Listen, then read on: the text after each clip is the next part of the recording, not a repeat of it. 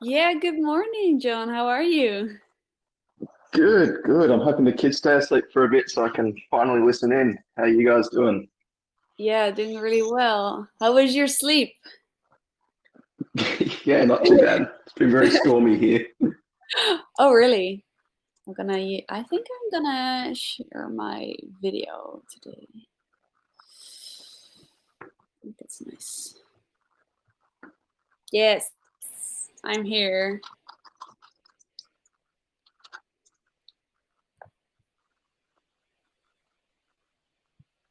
Do we get a whole heap of questions for today?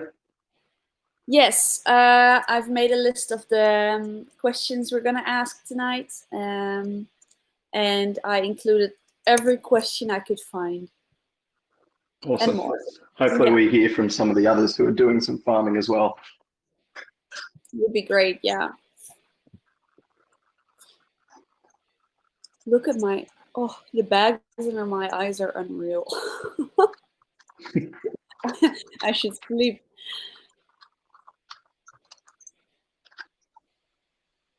Okay, we're gonna wait a bit until Rick arrives. I'm gonna send him a little reminder.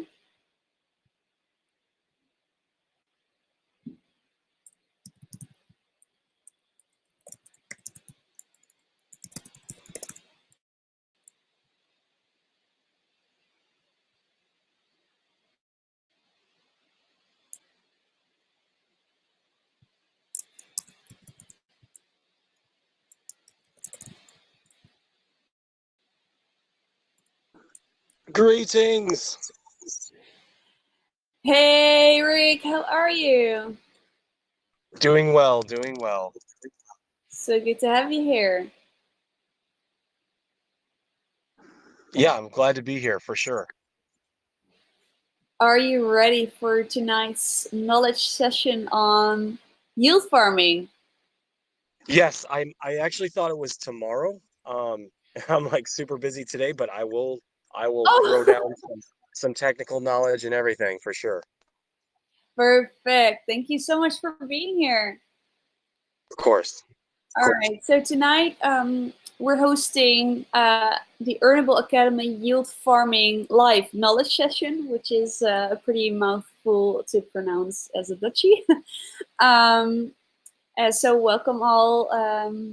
For Thanks for joining. We've collected some questions on this 2 weeks topic, yield farming, so we can really dive into the topic and learn a bit more. So tonight we have Rick, and we all know Rick. Rick is now working at SokuSwap. That's our farming partner. So, yeah, I think we're good to kick it all off. What do you think, Rick? Yeah, sounds real good. So yeah, like a lot of you, we've done this Soku dance before. Luckily we got back to do some more yield farming, and I'm definitely happy to help you guys out. Kind of give you the ins and outs with yield farming, the risks involved, the benefits involved, and the potential for so many different wonderful things. Yeah, perfect. So, I think for starters, maybe it's nice to share a bit about what made you fall in love with yield farming. Oh, that one's easy. The Yeah. massive, massive gains in any market situation, like bull market, bear market, it doesn't matter. Yield farming elevates your entire crypto portfolio on a level you really can't uh, understand at first. Like it just doesn't seem real at first. But 3, 4, 5 weeks later, if you just have the patience and a little faith in the project, even if the values go down, you're still compounding. You're still moving different values around to hit the best shifts in value. One of my personal strategies was get into 3 or 4 different yield farms, use the rewards to actually, whichever one had the highest value, I would sell that off into the lowest value of something that I believed in. And then just like crypto mining, over time, you've got massive assets in these different cryptos, and eventually one of them is going to go. And that's kind of, for me, that's happened almost like clockwork. Arbitrage shift, trading aside, just selling one reward into a project that is a lower value and waiting for that one to correct, is just an amazing thing you can do. And I fell So in with love with it. lower value, Yeah, like for example, Mars ecosystem, they shot up to $1.40 last week. Now they're down to 35 cents. I've actually been taking some of my baby swap rewards that are up. They hit, $9 for a second this week. Now they're down to like $3. Well, I got into them at 10 cents. So you can imagine how well I've done there. But Mars is actually down. So I've been taking my Mars or my baby swap, my baby tokens, and selling them into Mars, knowing that Mars eventually is going to go back up. They also have some great percentages, actually Soku's down right now. So now I'm taking my baby rewards and buying my Soku. right. Wow. So at some point, because for me, I'm at basic knowledge when it comes to farming, and I'm compounding and everything. But sometimes for me, it feels like a little bit of like something abstract I'm doing. Because I do like claim and then I compound, but I don't really know how much I actually have. Yeah, it's essentially you just have to know your initial input. Like compounding is great, but if you sell, like if let's say if the like let's say the native token is actually the payout. And you have a nice position there. If you sell that token, you are only contributing to the lower value of your LPs. So that's where you kind of like, okay, I think the most potential is here. I don't necessarily want to sell those tokens off. You know what I mean? And that goes for Mhm. both pairings. Like in the example of Soku or Suteku and Earnable, I actually don't sell any of either, because selling one or the other would hurt that LP value over time. Right. Yeah, that makes sense. So you mentioned our farm. Quick, for those who are just tuning in and have no idea what we're talking about, we're here with Rick, and Rick's from SokuSwap. SokuSwap is our farming partner, and our farm is the Earnable Suteku farm. And you can actually claim Suteku as a payout. So you can basically create an endless cycle of passive income, which is awesome. And we're gonna dive a little bit more into that later. I've prepared a few questions for tonight's knowledge session.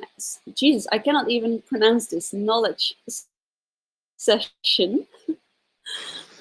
And let's start off on like a really basic level for everybody to like ease into the topic and to make it understandable for those who maybe have a little bit less knowledge. And therefore, I think it's a great start to just go ahead and explain what yield farming is exactly. What do you think, Rick? Yeah, absolutely. That's very easy. So essentially, yield farming is providing liquidity to an exchange, and in that liquidity provision, you actually get a reward for providing the liquidity. Right. So because we have an Suteku earnable farm, it means you can swap those two very easily, right?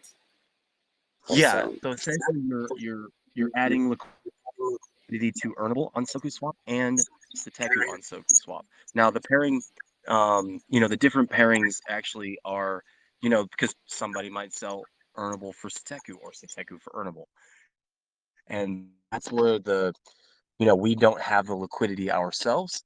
So because the they they get the liquidity for requires it to party and you exchange that you're working with, hang on to it, and you become market maker. And because of it, you get transaction fees, some amount of LPs you have in that pool. It seems more complicated than that, but essentially, a lot of people are adding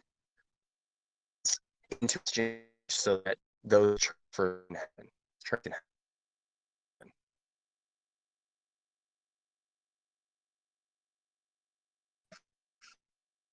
The rewards now, and then of that exchange, or a report specifically that its own view.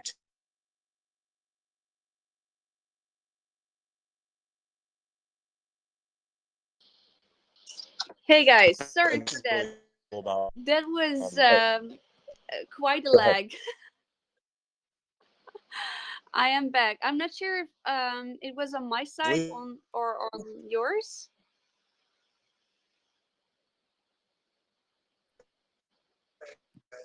I don't actually.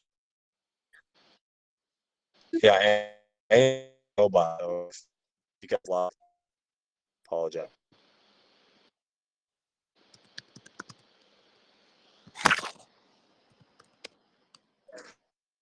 But yeah, Rick, is it possible for you to try to go out of Telegram and back in?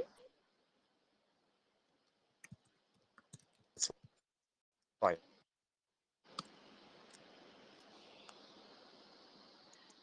A little bit of a technical issue here. I'm sorry.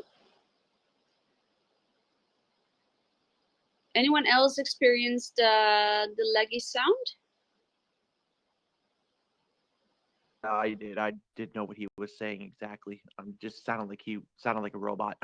Yeah. Okay. Perfect. Then it's not only me hearing and interrupting it.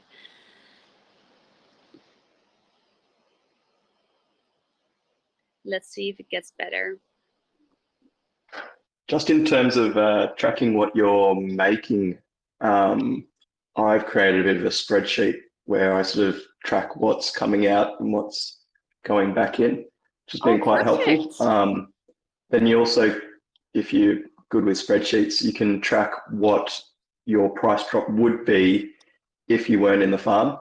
So, you know, we've had quite a big drop over the last week or so in everything. And, you know, I can see that comparatively, I have made a lot more back. I'm still down, like everybody is, but I'm probably still $700 higher than I would have been without the farm, which is a good way to sort of sit there while everybody's FUDing and panicking. You go, I don't really care about the graph anymore. I'm just still taking my claims and compounding away.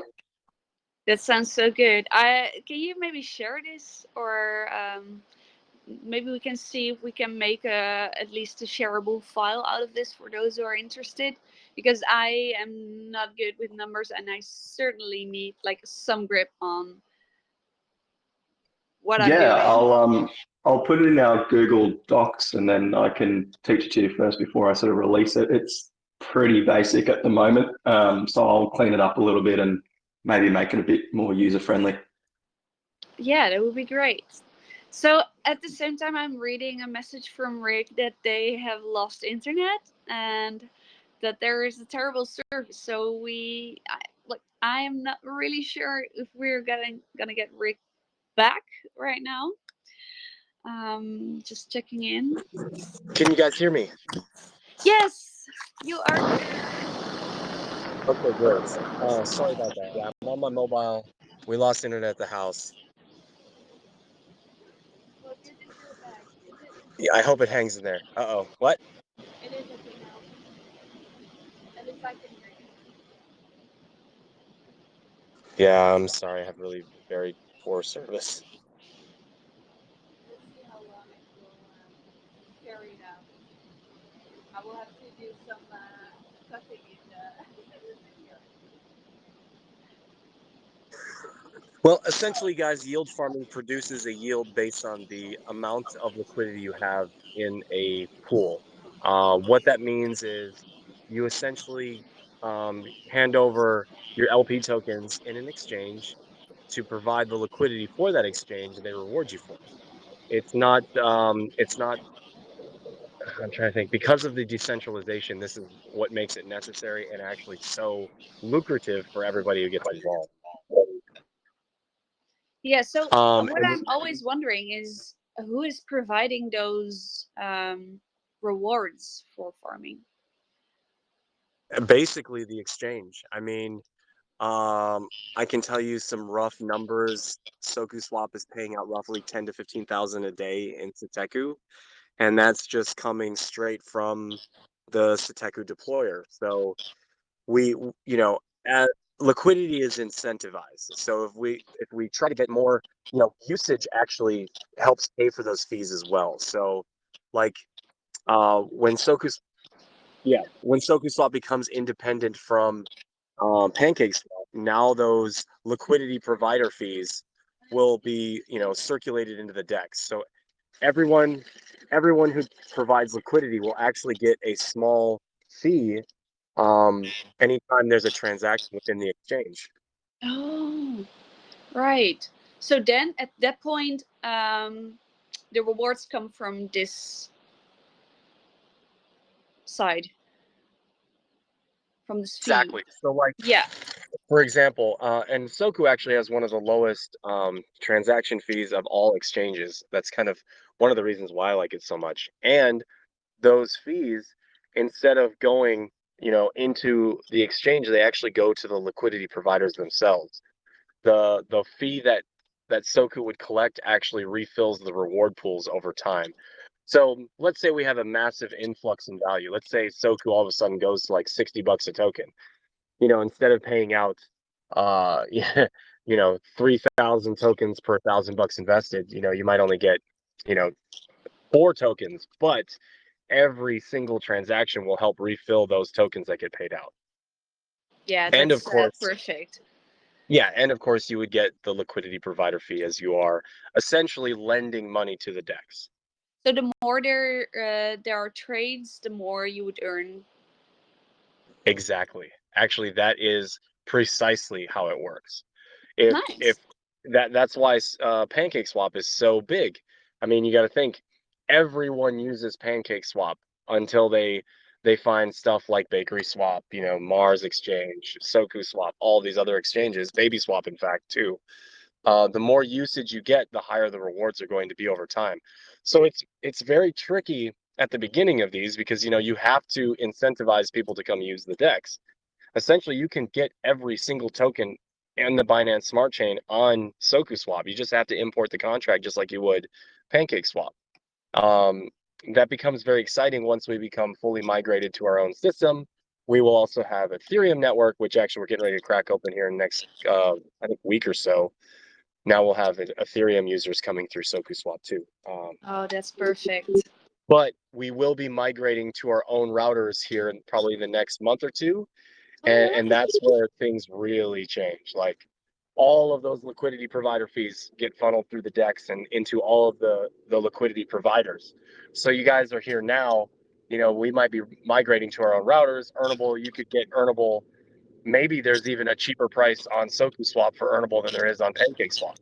Until the arbitrage traders, balance those prices out, you might actually get a deal over on Soku. It all depends. So actually, when people are asking when are we getting a DEX listing, we can say, well, we have one. Yeah. No. Yeah. And that's SokuSwap.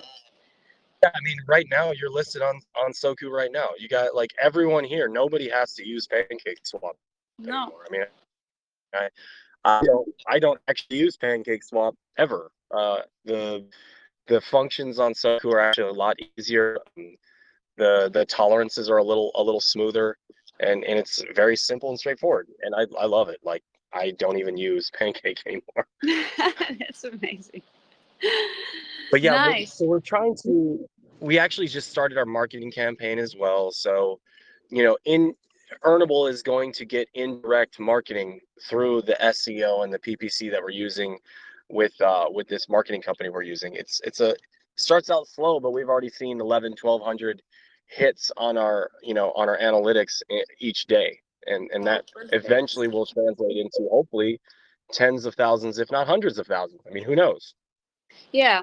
So I think that's a really good news. Also because I noticed people saw Suteku drop a little bit, and this gets me to the point of mentioning the risks of farming, and what happens when the tokens move in certain directions. Maybe we can talk about it a little bit more.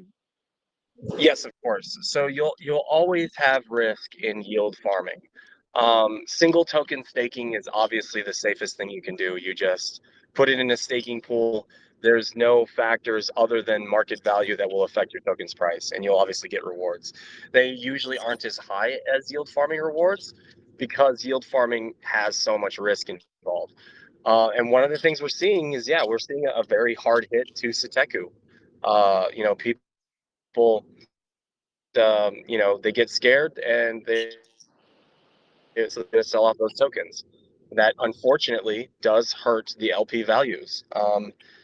And that's where impermanent loss comes in. So as long as, if you just hang in there, I don't ever put my entire value of something into a yield farm. I usually do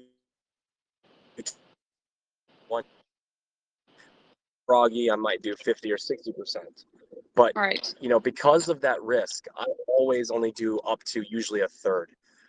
Because I assume, all right, there's going to be impermanent loss, impermanent gain on one of these two pairings eventually. And, that's where you have to make that decision. Like, Yeah, so we've for seen the side corrections. you're losing, you're gaining the other, right? Correct, exactly. Yes. So, So, yeah, actually, no, I'm sorry. If whatever token goes down in value, you would I'll gain get more of that more. token. Yeah. Yeah. And that's kind of the unfortunate thing, like where we've seen, Soku went way down. So now people are gaining more Soku from the pairing that they have, it is kind of a bummer, but that also sometimes, like if there's a pairing token that you're okay with gaining, you split the pairing at the bottom, you gain all those tokens, wait for one of those values to go back up, Yeah. repair at the top or sell half off, Yeah. and then repair there with the same value. That's called arbitrage. That's where things get a little tricky. You kind of have to get lucky, but it makes for some incredible gains if done right. But it's also very risky. Yeah. So arbitrage is a topic we're gonna go into a little bit further down this road. First, I heard that when one token goes up a lot and the other one goes down too much, that you could lose your tokens. Is this true? Absolutely, you could actually end up with zero of the other token if you pair it out or if you split the pairing. Right. And is there a way to prevent this or to keep like track of this? Yeah, so there is an impermanent loss calculator on the Binance Academy page. I can actually, once I get back to the house here, I'll forward that link to the main chat. Um, but one of the things you can do, well, actually, one of the things that SokuSwap is looking at is the same guys that did the limit order. They actually have a stop loss, impermanent stop loss function that we're looking into. Once we get the Ethereum farms up, we're probably going to look into getting that impermanent stop loss, impermanent loss stop function. So like, it'll actually prevent like bots from arbitrage trading in the DEX, which is, kind of unavoidable. Everyone, there are contracts out there doing this on every exchange. You just can't get around it. But this function would actually stop, like you set your percentages in this function, it'll literally split the pairing for you. It's really amazing. That's perfect. That's something I would really need. I mean, So, it doesn't get any better than that. no, it doesn't. Then everything is fully automized. You minimize your risks. That sounds amazing. So what I was wondering, I am farming myself, and as you all might know, my math is not that good. So I created my LP pairing, and I'm now like providing this liquidity. I'm farming, and now I have, let's say this is a number, and it's different than how do you call it? You know it, Rick. The LP tokens. Oh yeah, so it's I don't know How the do I? exact calculation off the top of my head, but one of the places we've been finding the LP values is in SafePal. I can actually get you the exact calculation for that as well. Yeah, It all that'd be depends great. on the exchange. Like I really don't know how the LP value is calculated, but I can get it. That would Basically, be perfect. what you need to do is kind of figure out how, like, just write down how much you start with, right? Mm-hmm. And then kind of at the end, kind of that's why I always say don't do your full amount. Don't do your full, if you want to go high risk, 600-700%. Oh my gosh, yes, your ROI is like 40 days, 30 days. Like, absolutely go for it. But that's very, very risky. And you have to be willing to take those losses. But on something like anything over, like, for me, anything over 150% is like, oh yeah. ROIs are less than 6 months, less than 3 months in some cases, like, for sure. Right, you're talking about return on investment, right? Correct. Yeah. So how does this work? Because in my opinion, you're investing, but you're not really losing the worth unless the token goes down, right? Correct. What are you Basically, returning on? So basically it's like the amount of rewards you get reflected against your total value that you invested. So like 200%, what you would do is you would take the amount that you have, multiply it by 2, and divide it by 365, and that's what you'll figure out per day. And then you can actually figure out, how many days it is to get your initial investment based on the rewards per day. Right. So And how that's long it not even takes until you compounding. like double it or Yeah, more? that's not even compounding. That's just static APRs. Right. So you have the Yes. APR and you have the API, right? Those are two different things. Yeah, there's an APR and a compounded APY. Compounding APY is usually you compound once a day. Mm-hmm. Cool. And So that's where things get crazy. yeah, because now it's the time to talk about the benefits of yield farming, because there are plenty, and I think it's good to dive a little bit into these APIs and APRs and how awesome it is, pretty much. Yeah, so with the risks, there are massive benefits as well. Like for me, I compound probably I usually compound when there is an upshift in value. Otherwise I just let it ride, because you start compounding unless you are. I'll use Soku B&B as an example. So Suteku is the payout. One of the things you're doing with Suteku is that you're selling Suteku. So now those APRs are based on the value of Suteku and the amount of allocated rewards for that pool. Whenever I compound, I actually bring fresh money in so that I don't have to sell anything, because that's a true compound. Compounding by selling something is actually kind of all you're really doing is you're either hurting the APR or you're hurting the LP value. Like, I don't like to sell tokens until I'm ready to cash out fully. This is what I do. Right. So for me, I try to stake. In our case, I try to stake because I'm in two farms. I'm in our farm, the Earnable Suteku farm, and I'm in the Suteku Soku farm. And what I do, I stake Suteku, so I get Soku, right? And then in the end, I get two fresh pairs. But what you're saying, if you earn Suteku, to not sell the half of Suteku I to mean, get you earnable? can, but there is a diminishing return. So if like if Suteku is one of the tokens, and same with Soku, like whenever all the payouts were Soku, I would tell people, I mean, if you sell the Soku, you're hurting the Soku value and thereby hurting the LP value as well. That is true. So it goes the same way with Suteku. So like compounding is great, but when you compound, you want to bring in fresh capital because that is a true compound. And think And about that too. Like, let's say you get $10 in rewards for the day, right? Yeah, you could split it up and just split it up and go earn Suteku and then add that $10. But imagine if you brought in $10 extra of earnable on the side, and now you've got $20 that you're compounding. It'll be that much faster, and you're not selling anything. yeah, that's true, and it makes sense hearing it. Your This way. diminishing returns actually turn into aggressive gains. Yeah, and for those who are listening and are like, "What the hell is compounding?" It's basically just adding to your liquidity pool and generating more LP tokens. Am I right, Rick? Exactly. Yeah. So we can see massive gains when we're compounding because we're maximizing the potential, right? Because we are reinvesting basically. Yeah, exactly. Nice. So how do you actually in farms you work with an API and it's always based on compounding once a day? Yeah, so we actually the only place you're going to see an APY is in the staking pools. They have like the little calculator thing there, Mm-hmm.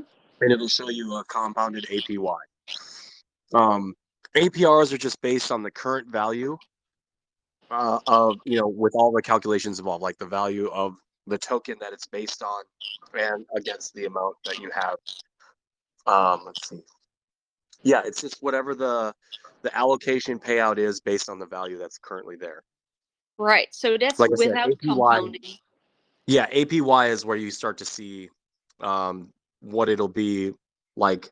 Like you click the little calculator thing, you'll see like the 365-day APY. And that's assuming you're going to compound once a day. Right. Okay, so in the farms we work with an APR. Correct. Yes. And That's just reflecting the current rate. and I can see how people, because we're shouting that there are massive APRs and you can see massive gains, but what does it mean? Like how can someone, let's say a farmer, translate this APR into knowing what it will actually earn? Yeah, that's where you take your estimated value. Let's say you're at $100, right? You take your value times the APR. Let's say it's 200%. So you would take 100 times 2, take that number, divide that by 365. And that's what you'll get in rewards every day.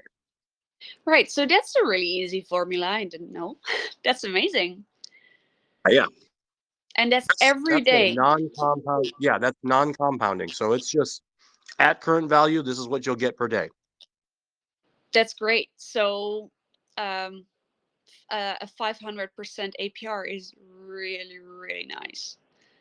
Yeah, it's huge.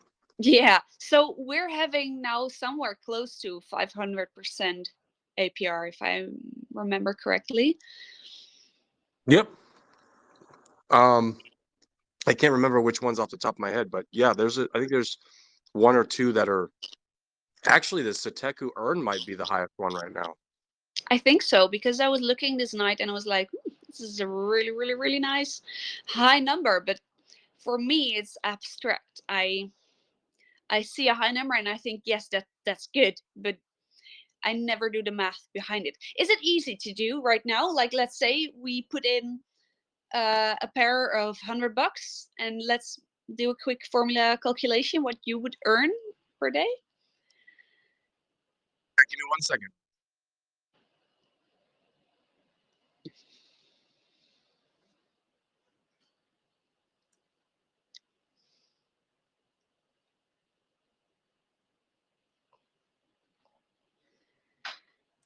Rika, you're making coffee? No, I'm finishing a sandwich. I'm sorry. Nice. I'm drinking my tea. So let's say you got $100 in there, right? Yeah. So And let's that's say 50 of the one and 50 of the other. Correct. So now let's say you got $100 total value, and you've got let's say it's a 400% APR. So what you would do is take 100 times 4. That would be $400 on the year, right? It would take a year. You would get $400. Divide that by 365. You're essentially going to make $1.10 every day off of your $100 at 400%.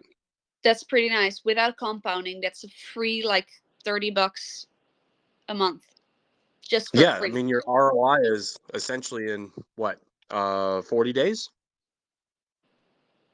Is it? something like that.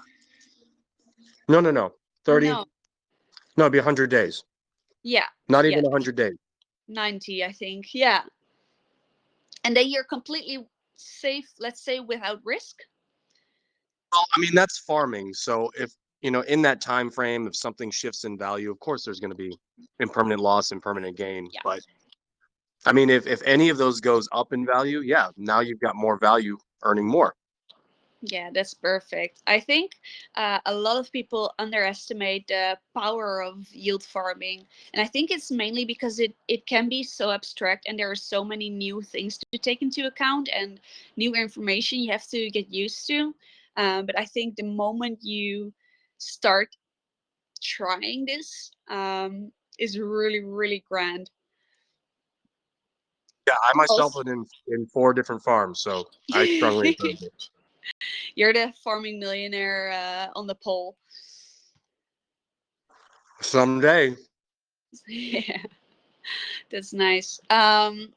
So we already touched base on impermanent loss a little bit. I think there's not too much to add on to that. So maybe we can look into how to farm with the earnable investment. Like, how does it actually work?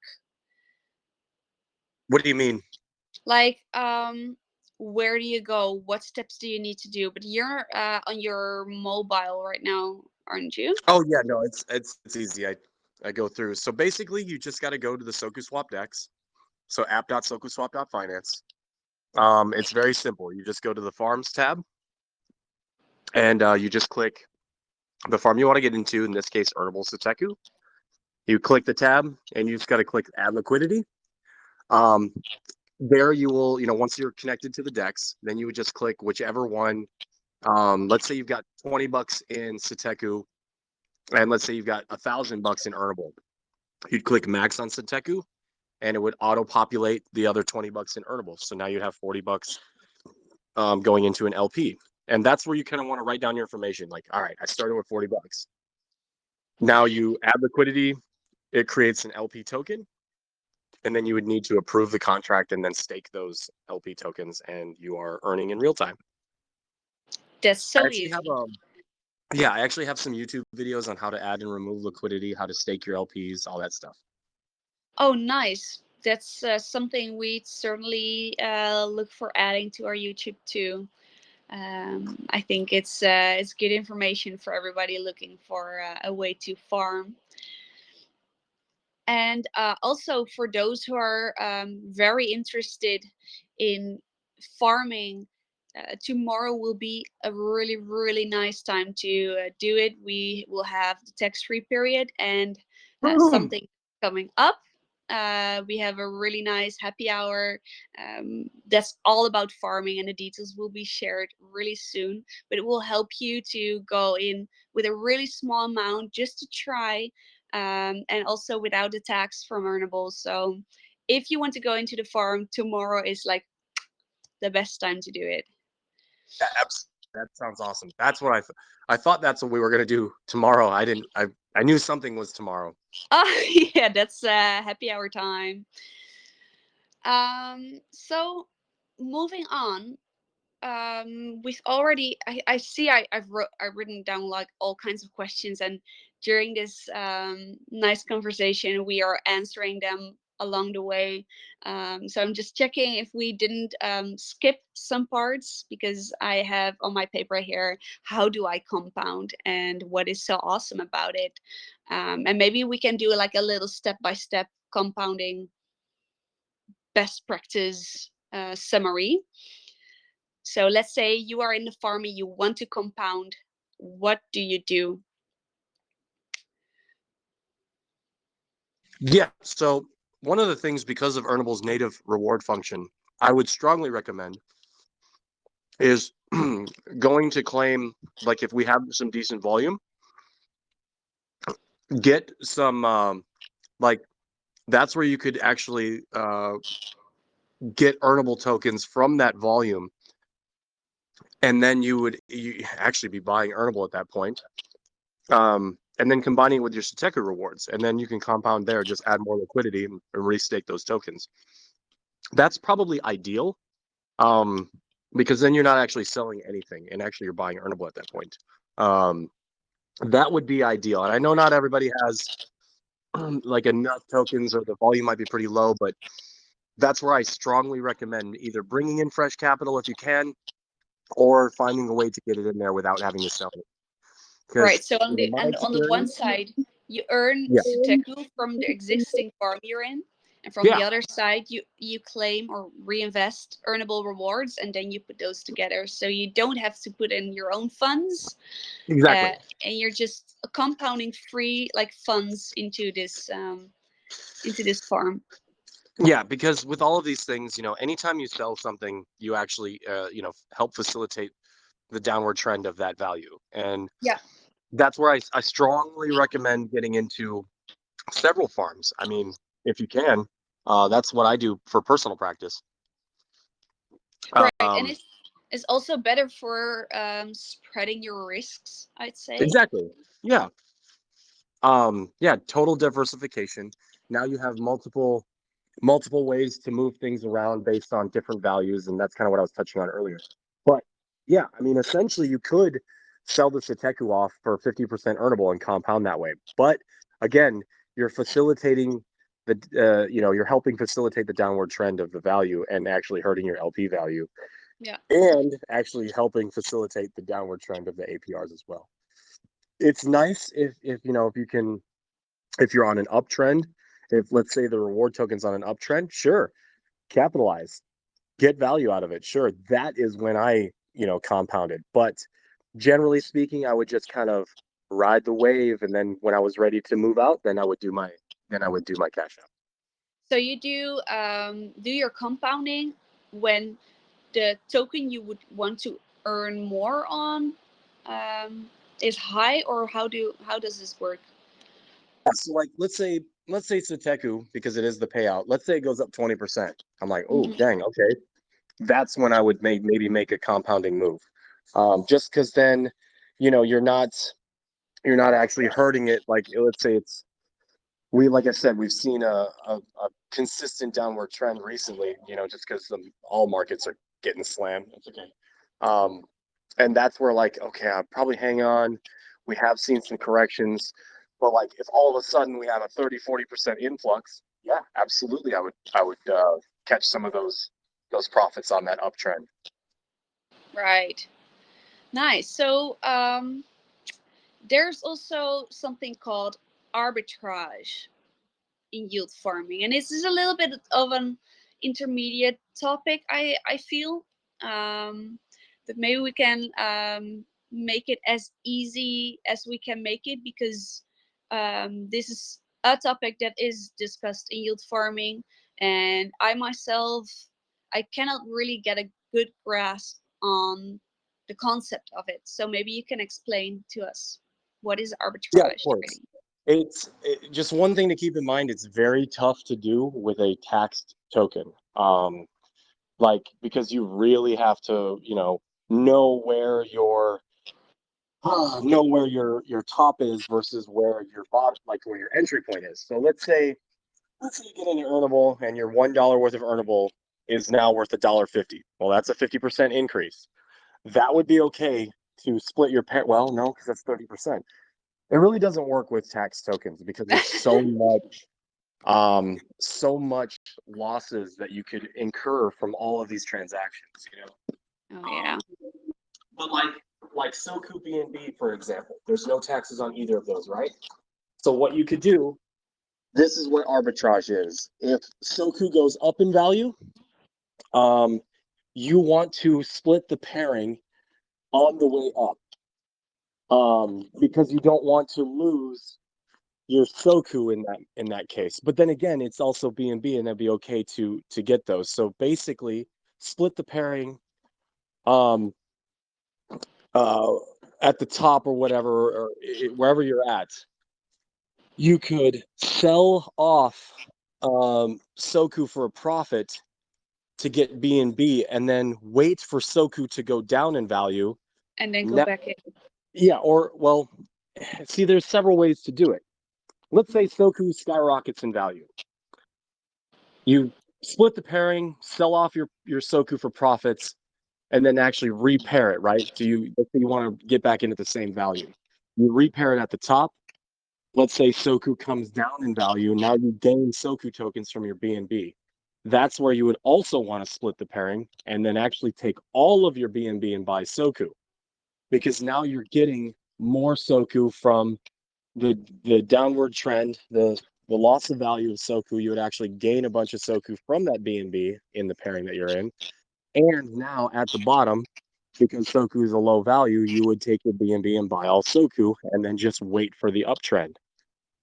Let it recover in value. You sell half of the Soku for BNB and pair it there. That's where Right, so you this gain. is more about the value of the token. Absolutely, always. It's always about the value of the token and where you enter the farm and exit the farm. Right, this is really, really intermediate stuff for me. No, it's definitely not something that is easy. Like you have to be on top of your stuff.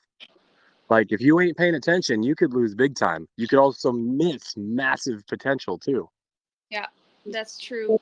So if you're not so much into arbitrage trading itself, but you do want to like get a little bit of good in entry and good leave moments, you have to break the LP sometimes to re-enter maybe.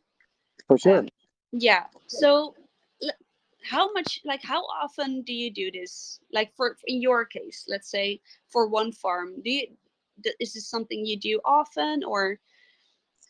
I do it exclusively in my Soku BNB farm. Like Soku just bottomed out. I think we're at the bottom with Soku. I split all of the pairing. Let's say I had $1,000 in there. I split the pairing. I gained a ton of Soku from those BNBs, and I took all of that BNB because BNB is actually on the way back up. Yeah. So I actually bought all that Soku back with my BNB, and now I'm just going to wait for a correction. Once it corrects, maybe 20, 30, 40, 50%, maybe, let's say we somehow make it back up to 2 cents. Well, you can bet your ass I'm going to sell half of those for BNB and then get back into the farm for twice the value. Yeah, that's so smart. But I can understand, like, for those who think this is maybe too hard for me, but I do want to find a good entry spot. How do people make that decision, like when to, or not entry, like, yeah, let's say entry, when to enter? That is completely up to you. I mean, it depends on where your previous entry was or where your split was. Like if you entered right now, right? If you entered right now, and there's a good chance, based on what we've seen in the past, that Soku's probably going to go back up. Well, that wouldn't be a good idea, because you're going to lose all that Soku if BNB doesn't follow the same uptrend in value. So this is where, like, if I'm already split apart, I wouldn't go back in. I would wait until we hit a higher value to get my entry point, and then that's your ground zero. If it goes up from there, well, yeah, you might lose a little bit of Soku, but at least your LPs are going up and you're gaining more rewards daily. That's true. So I think that sounds more doable for those who are new to farming. For me, I actually don't really look. I don't break my LP. I just go in, I compound, and at some point, um, I decide to leave. But I think also the leaving part is super important, because that is the final decision of your impermanent loss, right? Correct. Yeah. You basically want to make sure that you're at a comfortable exit. Like when you're ready to cash out, like if you know the LPs are up, well, heck yeah, that's a good time to do it. But you are going to experience some impermanent loss. But then again, your total value that you recover is there, and you can make those decisions from there to get whichever token you want. Right. So if you're in the farm, let's say we have our Suteku earnable farm, and people want to get out with probably a lot of earnable. Then they have to cash out when earnable That'd be is tough right lower. now. Yeah, that would be tough right now because Suteku's taken such a hit. Yeah. So what you could do is hang on for Suteku to make a correction and then buy your earnable back, and hopefully earnable is low value when that correction happens, and that would be one half of the arbitrage for sure. But I mean, it's the nature of it's the nature of the game. That's how it works, and that's why I suggest never use your entire bag unless you're willing to risk it all. Yeah, that's true. I think the best advice of tonight, and that goes for every trade you would ever do, really. Oh yeah, always, Yeah. always. And yeah, so this again, we don't give financial advice. We are just here to discuss all the options you have, because we like to offer all kinds of passive income streams. And actually, when holding Earnable, you have the opportunity to create this endless cycle of passive income, which is awesome because you earn whatever you want to claim. So this could be Soku or Suteku, and you can take that free money and put it to work. Actually, one of the ideal situations for Earnable, because of the native passive rewards, if Earnable has a good volume and you go in and do your daily claims, you can actually yield farm with the rewards that you claim. Let's say every day, like every other day, one day you get all Soku from your rewards, the next day you get all BNB. Well, now on the start of that third day, or whenever you claim that second day, that's your entry point for Soku and BNB. You've actually helped your own LPs by buying Soku with your rewards or claiming your Soku. That actually puts a little buy on the chart for Soku, and now if you do that every day, you're actually facilitating the uptrend in Soku. Yeah, basically you don't even have to risk Earnable to Exactly, yield and farm. that's what I'm saying. Like if there's a good volume, that's probably honestly the best move. Yeah, I think so too. And if you're in the Earnable farm, I'd say compound on the moments that there's a tax-free situation, because it saves you a whole lot of money.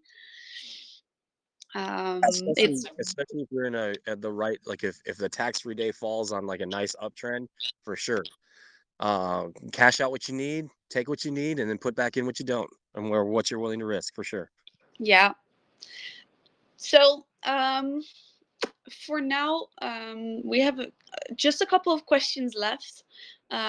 People are curious what happens with the funds we deposit into the liquidity pool, and I think we touched base on this a little bit already, but people want to know how those tokens are being used. Yeah. So depending on how the earnable contract works with those tokens, I don't know the specifics there, but basically you're kind of planting them in the Soku deck. So you guys are trusting SokuSwap to hang on to your funds while they pay your rewards until you're ready to move out. Yeah, that's basically it, right? And in the Yeah, meantime, that is those it. tokens are just chilling. Yeah, they're attached to your wallet, and you connect to the Soku decks and do your thing. Yeah, nice. So nothing weird is happening. um, all's going well. And the nice thing is that we've worked together previously, and we know everything is good. So we're trusted partners. Also, one of the last questions, because our previous farm was a Soku earnable farm, and we're now on the Suteku earnable farm as one of the first tokens. And some people are curious to know the decision behind pairing us with Suteku. I actually don't like. I didn't really have anything to do with that. I would say Oh. that was a decision kind of hey, let's do Suteku, and then anyone else who gets into after the first round will probably go with Suteku as well. I mean, it is a dual token system now, so we got to find utility there as well. It's kind of a balance. He was looking for liquidity for Suteku, and why not offer it to one of the farming partners? So adding more liquidity for Suteku was something that he wanted to do at the time, and it made sense. Yeah. So are we looking to having more farms on Suteku too, or where's Oh, in the Suteku? future, yeah. Yeah. No, absolutely. Like, for sure, we're going to do more farms with Suteku. Like, that is the absolute plan. We're going to be pairing him with, all sorts of stuff. Like with the Soku migration, you're going to see Cardano pairings. You're going to see Ethereum pairings. Actually, you can see right now there's a Soku Ethereum. We'll probably do a Suteku Ethereum. All sorts of stuff like that. You'll see a lot of that in the future. Nice. So we can expect that there will be new buys coming into Suteku and relieving a little bit of the sell pressure, at least getting more Oh yeah, buying pressure. Yeah. Yeah, with the external marketing coming in, it started Monday. Like I said, the external marketing, the more partners we bring in, we're looking at doing athlete influencer like sponsorships. Like, we're hoping to get the SokuSwap logo on the featherweight champions, shorts when she's fighting in the UFC. That's Valentina Shevchenko. We're hoping to work with her soon. Awesome. There's a weightlifter guy that's got like 7 million followers on TikTok. We're hoping, he wears a SokuSwap shirt and talks about our crypto. Isn't there like a really, really famous farmer? It would be so fun. Yeah, no, like, I mean, literally sky's the limit with these sponsorships. So we're hoping to hit them all. Nice. So I have one last question, but I already answered it myself. And that's, when will there be another tax-free window for the earnable farm? It will be tomorrow at 8 p.m. UTC, and it will last 24 hours.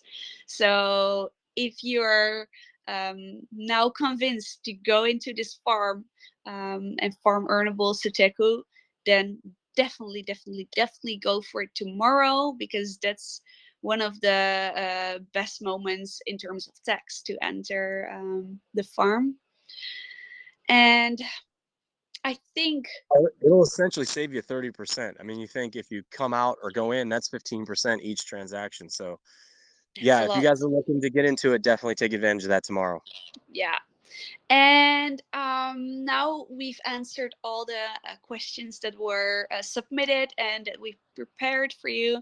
I want to do like a quick little round for those who are listening tonight. Maybe there are some burning questions that need to be answered tonight. So if you want to ask your question, then go ahead. Yeah, guys, hit me. Anything you need, anything at all. Maybe we were super clear tonight. Hey, that's great. Yeah. I think there are no live questions tonight. Is there anything you would like to add, Rick, to our story? Just the whole, everything, we keep talking about mass adoption in crypto. If you look at like the internet boom of the 90s, and you correlate that to the current situation of crypto, they essentially are a mirrored image based on the time frame from beginning to where we're at and where we're going. So, these bear markets, these bull markets, they will always happen. So my advice is to just, whatever you're confident in, hang in there. You're gonna see some amazing things happen no matter what it is, either catastrophic or phenomenal. I mean, one way or another, you're going to see something amazing happen. Yeah. And I feel like mass adoption is right around the corner. I had a quick question, Go ahead. if you don't mind.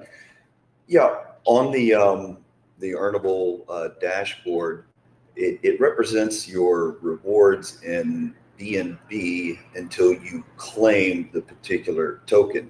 So does that mean that the unclaimed rewards are subject to the volatility of BNB before they're claimed? No, Absolutely. actually, no, Oh, no. it isn't. No. You're earning BNB. So let's say you have BNB, like maybe you have one BNB, sitting and there's no volume. In a weird situation, there would be no volume, but BNB would go up and down. That one BNB would fluctuate with the worth, but it's No, still, I guess that's what I meant. Yeah, like if yeah. you've got one BNB and it shoots up to $600 from $300, well, you just doubled your money. But it's like, yeah, that exactly. But Exactly. it's not It's like, not like well, I hear myself.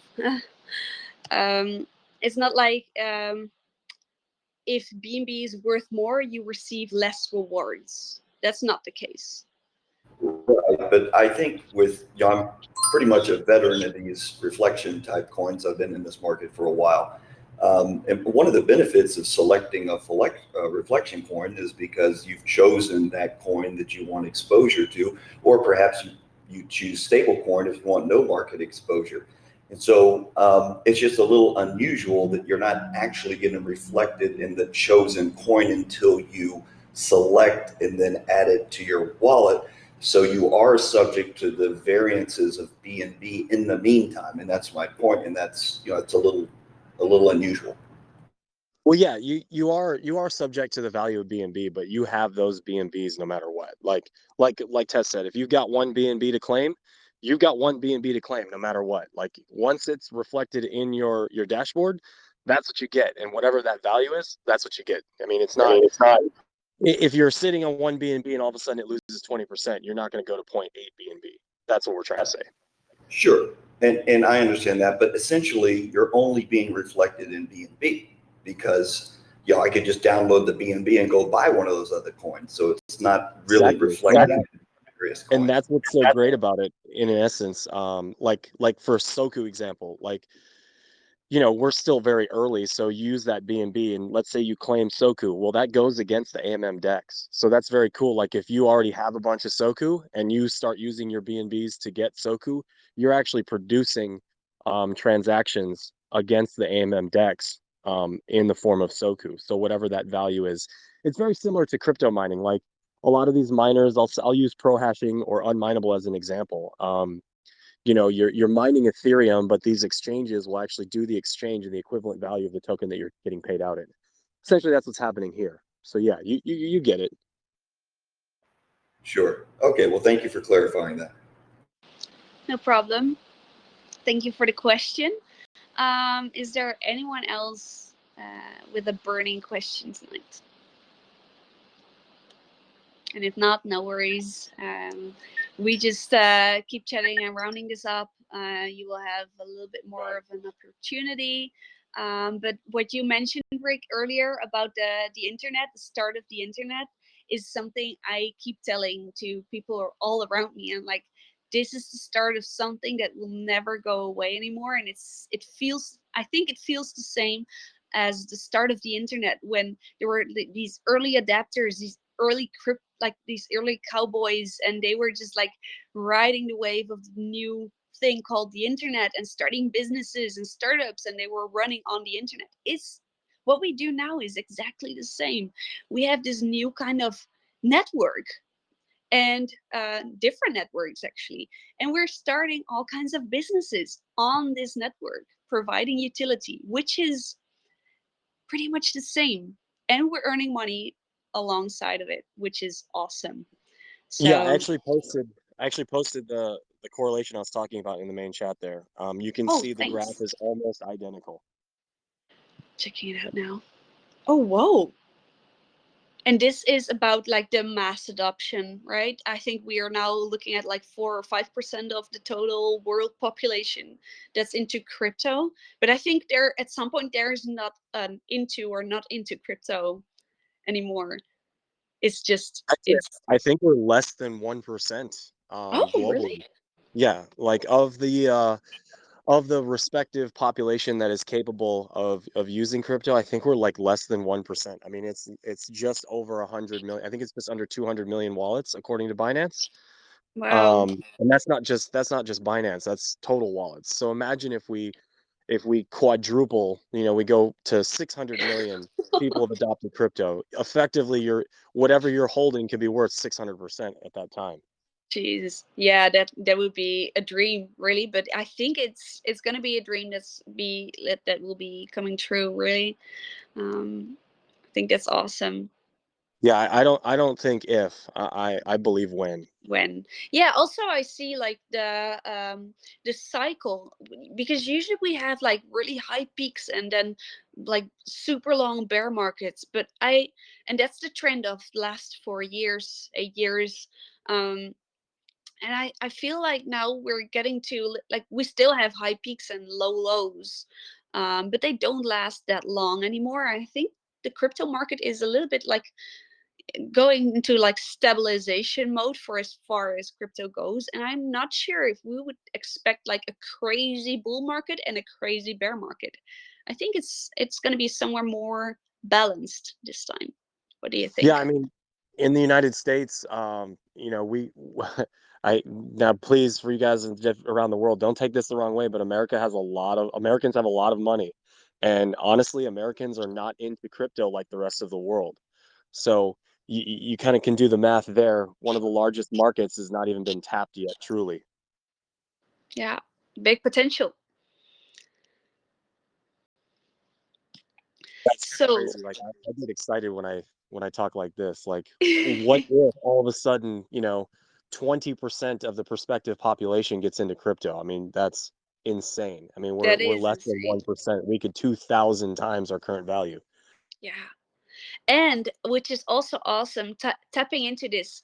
For Earnable, we're gonna do like a little tryout, and we're gonna put like stickers into the famous London metros in the subways. So and just to see how like the general public responds to seeing crypto ads, and we're gonna put there like earn, save, moon, Shiba, all the known names that they can earn while holding Earnable, with a QR code that they can scan easily and go to doing their own research on our website or buy or whatever they want to know, really.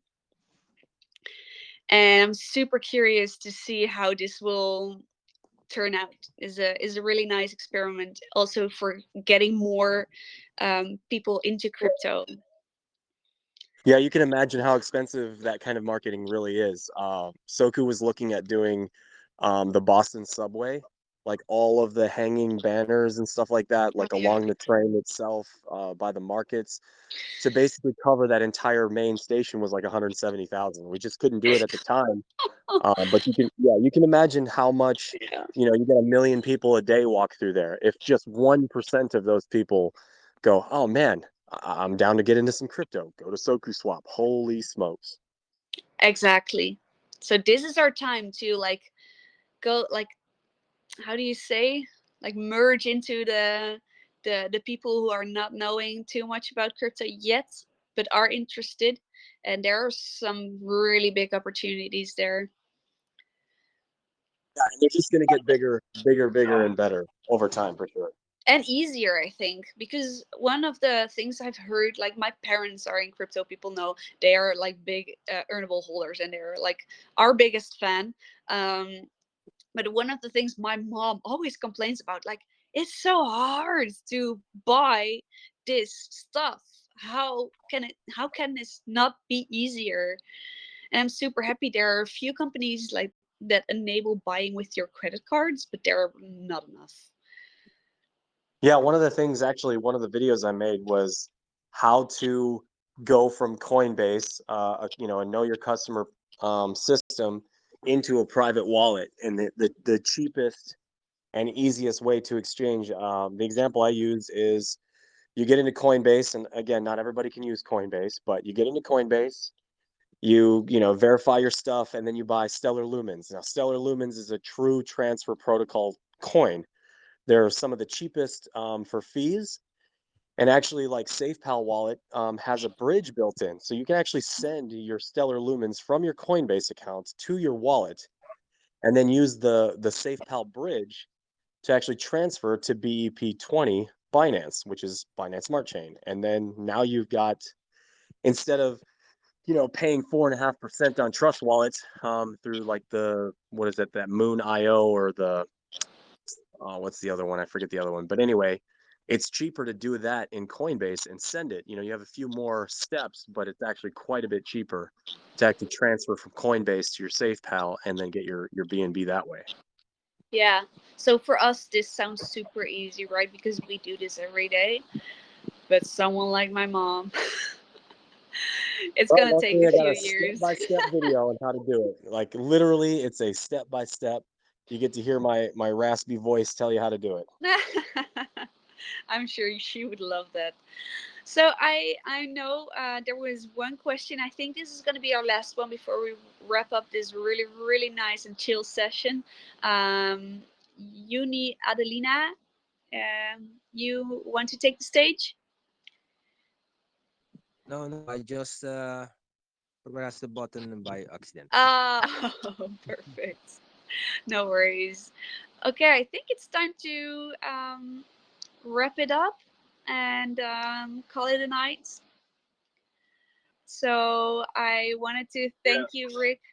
Thanks for being here super last minute and explaining all of the details on yield farming. I really hope everybody has a lot of use for this information and is excited and has the feeling they've learned something new. That would be amazing. And thanks for hosting this very first live knowledge session. There we go again. On the Earnable Academy. Can you hear me? Yeah. Yes. Well, I was going to say something like 6 times, and I just kept pushing that button, but I think I have quite a long delay because I'm in a car now. And I was going to say something, but I actually forgot, to be honest. Well, but what I can say is that both projects, I've been in both projects for, almost from the beginning, and, our entry points were a lot higher to what they are now. So if some of you listening are not in a project yet, or have not invested, what I can say that for Earnable and for Soku and Suteku, that's one of the best entry points that you will ever get.